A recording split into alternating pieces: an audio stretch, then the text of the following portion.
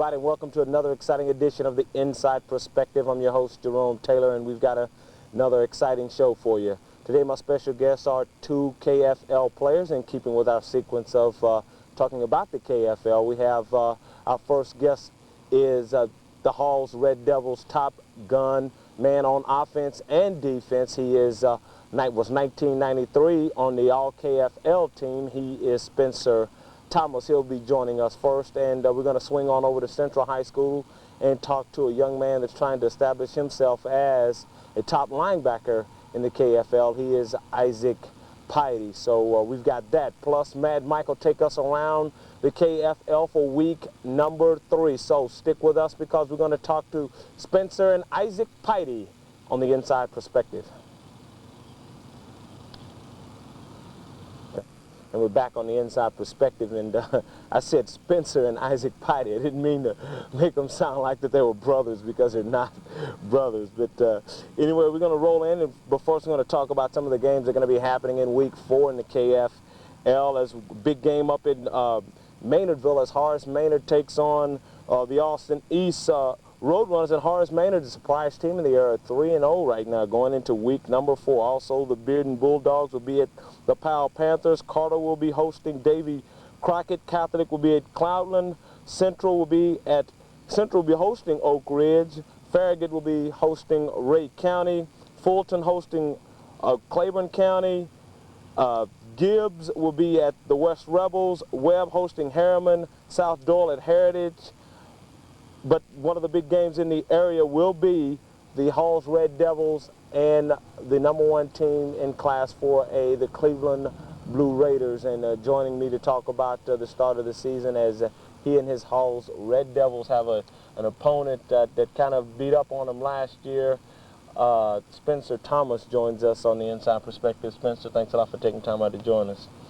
Okay, you know, last year you guys got started off 2-1 season. Right now you're 3-0. Talk a little bit about what the start of the season's been like here at Holmes. Well, 2 of our games we won by close margin, which they turn out to be big games. You know, that just those close games that keeps everybody up, and it started an exciting season. And that's great to go 3-0, and just like every time we beat Century, we always seem to pull out a good season. Since '92.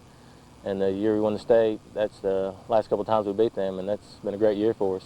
Okay, now, I know last year you had a pretty decent season, over 700 yards rushing, 6 touchdowns on the ground. You had kickoff return for a touchdown, and also you had a punt return for a touchdown. But last season was a real injury-plagued season for you, and you didn't get to show what you would have liked to have, but you come back this year, you had 184 yards on the ground the first game, and you had over 165 in the second game. Talk a little bit about what the health of Spencer Thomas is like coming into week number 4. Well, I'd say so far so good, and that's just what I hope the most. I can stay healthy and just keep doing what I'm doing. Just health is what I'm most concerned. Last year, like you said, that plagued me the whole season. Every game that seemed to affect me, and towards the end of the season, it got hurt worse again. And they just slowed me down, seemed like. Yeah, okay, you guys opened up with the Gibbs Eagles, a crosstown rival, and going into halftime, it was 7-7 as Rodney Whiteside breaks a long run, but then you come back with a touchdown. What were some of the adjustments that you made going into the Gibbs at the halftime? You guys were still tied at 7. Well, that was our first game, our first game jitters, and we had to get everything organized on our blocks and everything. So halftime, we just went back over everything and came back out. It was just like a whole nother game. So we just got in there and got our heads on straight. Okay, now, you guys are still growing and you're changing. You got to have a young team as opposed to what you had some seniors last year. And you have some new guys that are stepping up. Who are some of the guys that are stepping up for the Hall's Red Devils this year? Well, most of our team we got right now are starting sophomores. We got Shepard had a great game last week, and Adam Weaver had that great catch, and we got a bunch of big sophomore linemen creating the holes, and we got some other sophomore receivers, and we got a young defensive back crew. But most of our second stringer sophomores, they're all just stepping up. And they're doing what they got to do. Okay, now particularly you mentioned the coach's son, John Shepard. He and Ryan Mabe have alternated at quarterback. How is that situation working out, and what are your thoughts about the two guys and how they're performing right now? Well, John had a great game, like I said, and it's just he just came in and he has a different style, and just that for that game, that's just what we need, John to, he opens up and runs, and he just, I guess he's used to that, freshman ball. That's what they did. They run the option, so he's just used to running around the end. But Brian's going to start this week, and I'm sure they both can do it. And it just if one game plan calls for Shepard, then that's what we'll do. But if Ryan, yeah, it's just what the game plan is. Does that ever create any, not controversy, but are the two styles still fitting with? Is that what you guys like, or would you rather have one guy in there in the backfield? The more styles you got, if one thing don't work, it's always good to have something else. If we need somebody who can run or somebody to throw, that's always good. Okay, now there's a lot of people that say, speaking of styles, that you come over the halls, if you stop Spencer Thomas, you pretty much stop the Red Devils' attack. How do you feel about that, and what do you think? You think that that's kind of a statement that teams may ought to not say, because you guys do have some other weapons on the squad. Oh yeah, I mean we proved that, like I said, Friday, and of course I hate to hear that because they're gonna make it rough on me, seems like, but if that's just the mark of a good team, if you can shut one aspect of the game down, and we can open, like I think John had almost 200 yards passing, and that's just if they can shut one aspect of the game down, we can open right back up, open another one. That's just the mark of a good team. Okay, now you guys move into week 2 in a tough Maryville team. You guys had to hang on last year to beat them 17-6. This year was another tough ball game. You guys had a goal line stance. Talk a bit about the Maryville game. That's Big Red football, getting down there in the goal line and stopping them. That was a great stop right there. But that was a rough game. That's a hard-hitting team. They're big and strong, and we just, like you said, it was a rough game, and we earned it. I think we earned that game.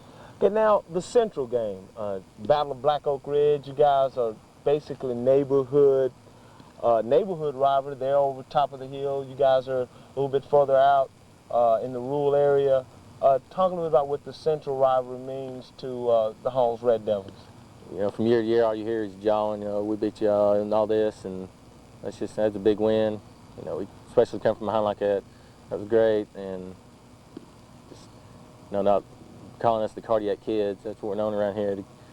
And I just think, the comebacks like that, especially over a team, rivalry, that just makes it even better.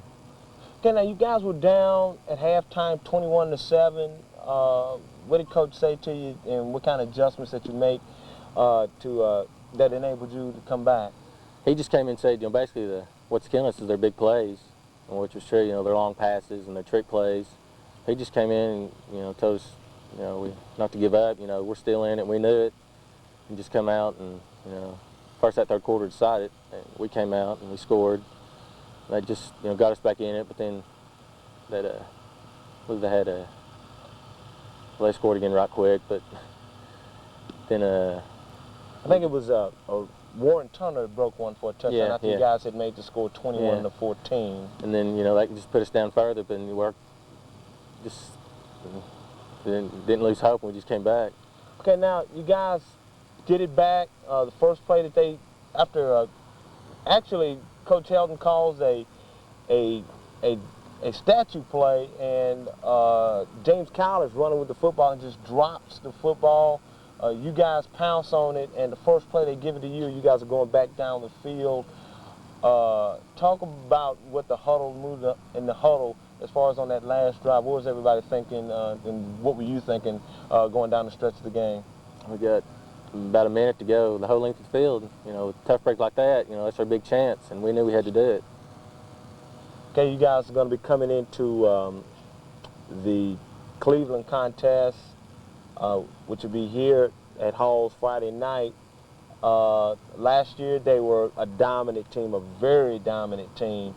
I saw them play against Clinton, which is the only game I had an opportunity to see Cleveland, and I thought that they were the best team in the area. Talk a little bit about what you guys have seen on film of the Cleveland Blue Raiders. Well, last year, they lost a bunch of their, those top 2 tailbacks and their fullback. They lost a bunch of speed. But, Cleveland, they're always going to have a good team. They always have. And they're just as big and as strong, looks like on film. It's going to be a tough game. It's going to be a battle. Okay, now, coming in a couple of final questions. What's it going to take for Halls to beat Cleveland? We got to do everything we can to do right. Coach was saying today, that not many people around this area are going to think that we can beat them, but we got to think and believe that we can beat them, and that's a major part of it. We just go out and, like I said, big plays, and we just got to do everything right. Okay, now, you're a senior in your last season. What would it mean for you personally to knock off the Cleveland Blue Raiders, and would probably be one of the biggest upsets in the history of Halls High School? I can't express how good they feel. It'd just be, like you said, a big upset. That makes a season, something like that, and that just picks you up and just takes you on through the rest of the season. That's just a big win like that would be great. All right, thanks a lot, Spencer. It's Spencer Thomas on the Inside Perspective. When we come back, we're going to be talking with one of the young linebackers. Well, he's not a young linebacker, he's a senior, and he's hoping to make the All-KFL team for 1994.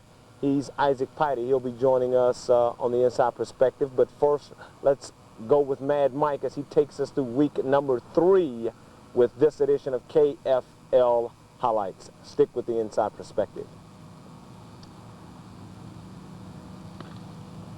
At Webb, the Spartans were trying to avoid the claws of the Cougars. While at Fulton, the Falcons were hoping to blow past the Mavericks. At Farragut, the Bulldogs were hoping to upend the Admirals. And at Central, the Battle of Black Oak Ridge had a spectacular ending. So, stick with us because we've got all this action and much more coming up on this edition of KFL Highlights.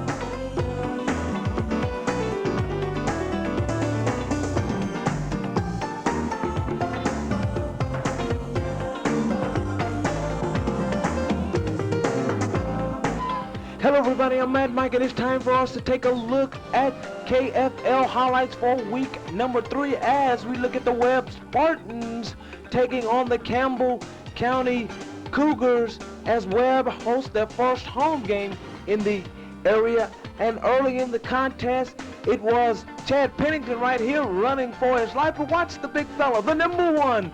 Takes it up inside here and ducks his head and takes a lick right here. But, Chad's a big fella and he can take it. Next we come on as Philip Anderton takes it inside right here and gives Webb the early 7-0 lead as the Spartans go on and win 21-14 over the Campbell County Cougar. And we go ahead and show up at Bob Black Field on the campus of Fulton High School as the Anderson County Mavericks, and number 57 just took a spiel there, came to play the Fulton Falcons.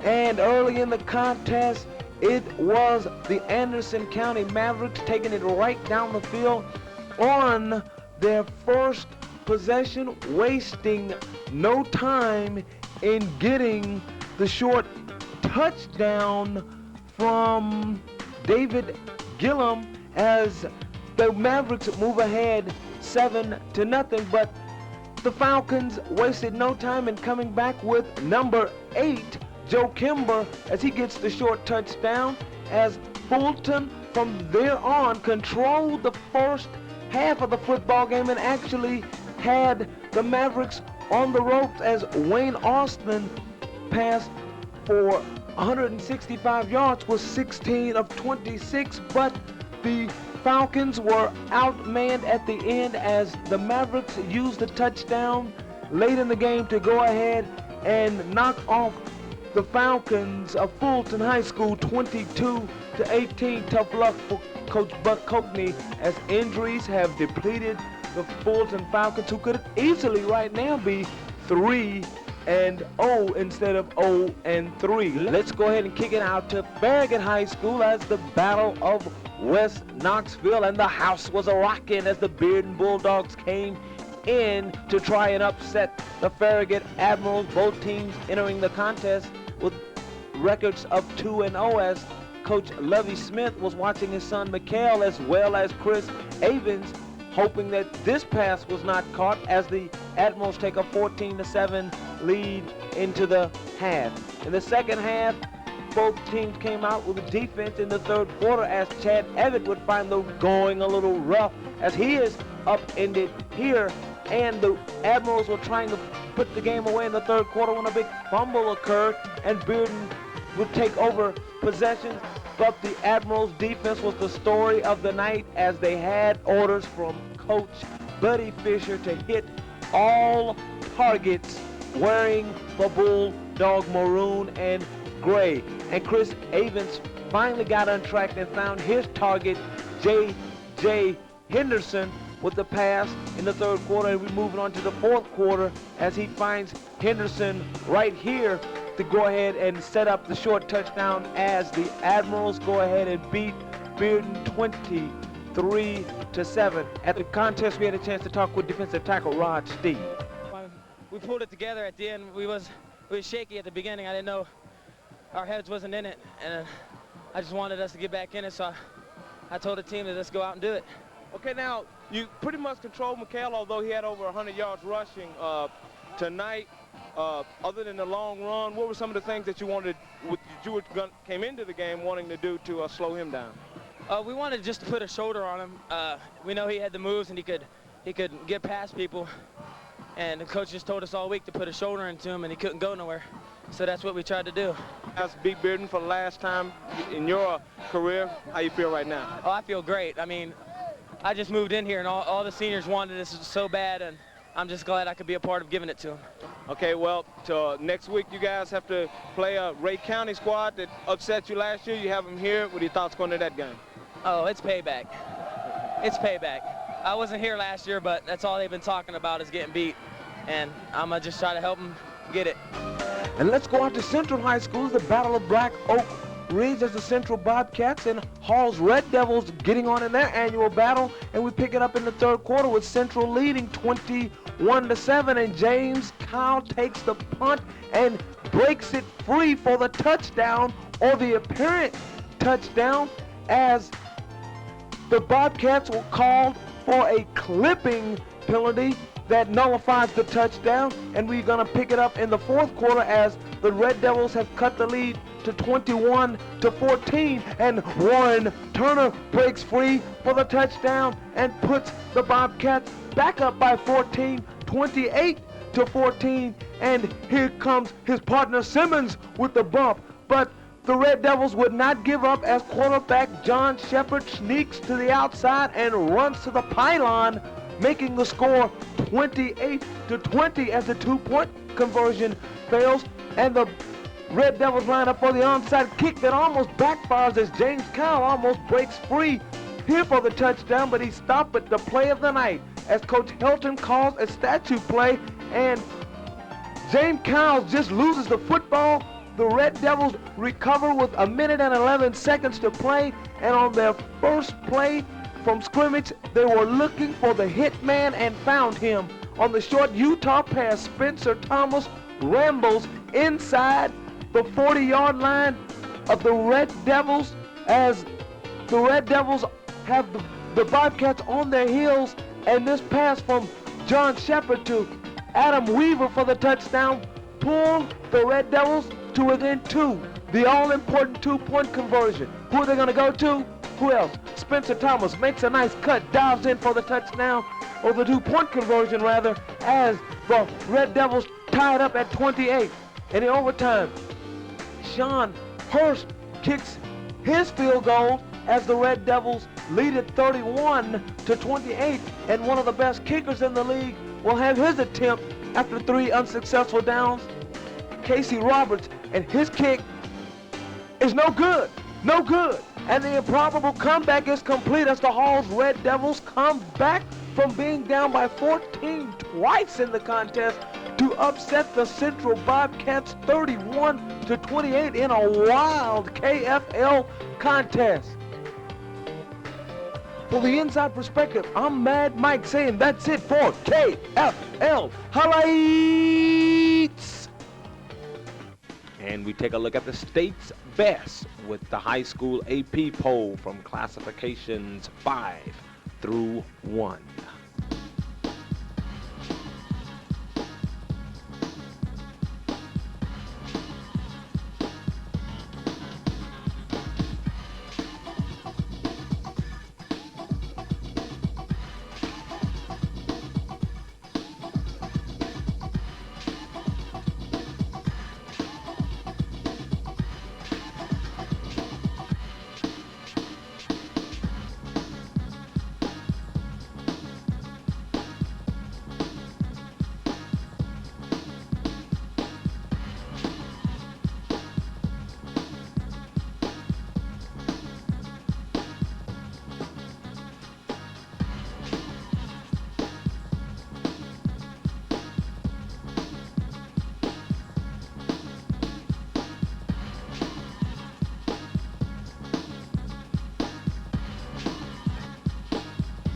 And we're back on the Inside Perspective, and we're here at Central High School as the Central Bobcats are coming off a tough loss to the Hall's Red Devils in overtime, 31-28, in one of the more exciting games that has taken place in the 1994 KFL season. And we're here talking today with senior linebacker Isaac Piety, who is one of the top tacklers in the KFL, averaging 11 tackles and 4 assists a contest. Isaac, thanks a lot for taking time out and joining us today. Thank you for having me.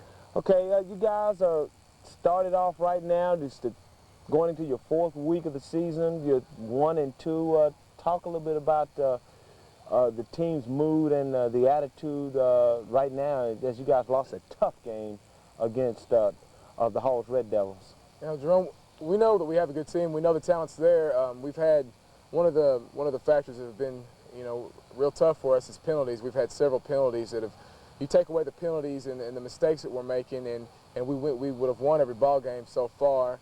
And you look at the game against Halls, and a fumble killed us, a clip killed us. It was had a touchdown run back on us. So it's just mistakes and mental toughness is what's killing us right now.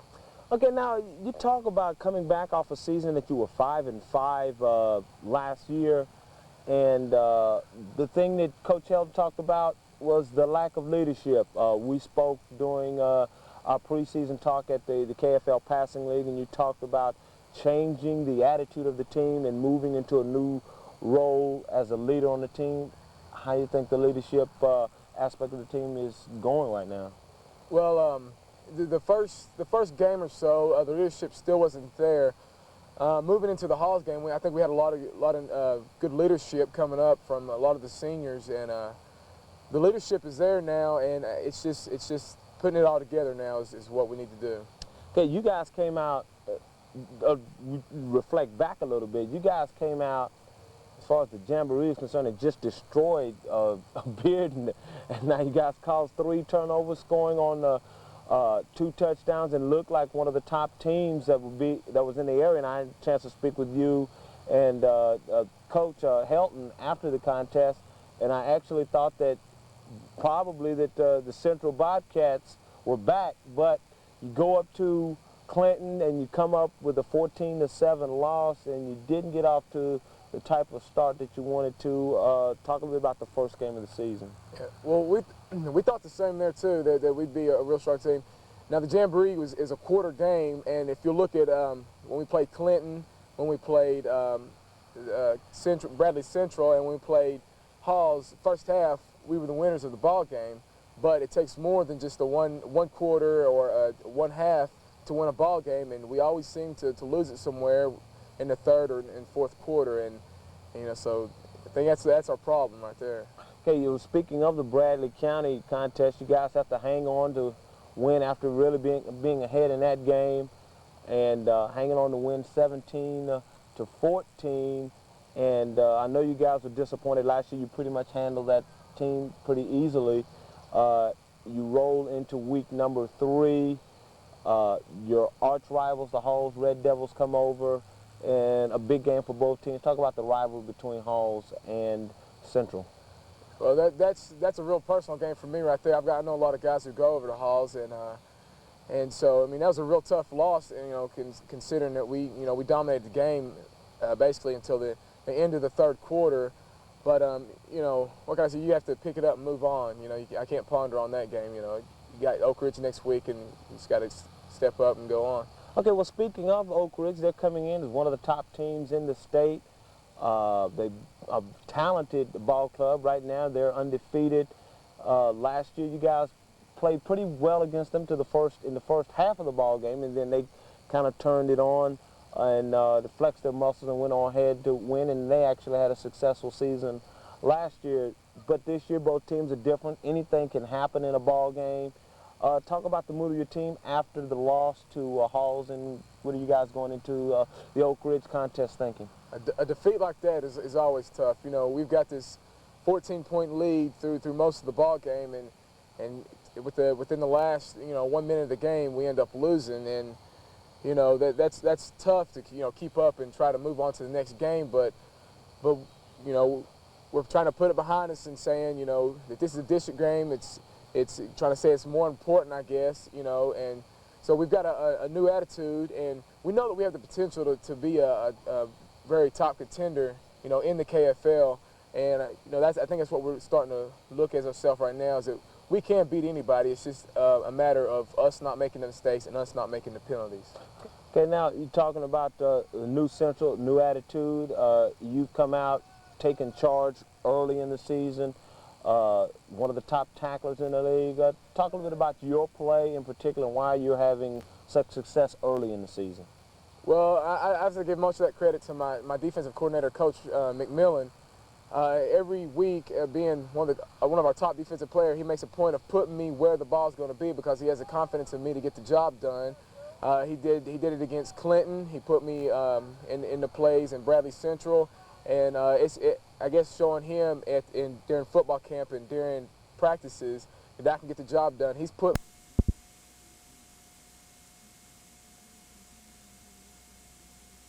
capes, entire capes or blankets or wall, almost tapestries that are all macaw feathers. So it's possible that there were more macaws right after European contact because the poor Indians took it on the chin with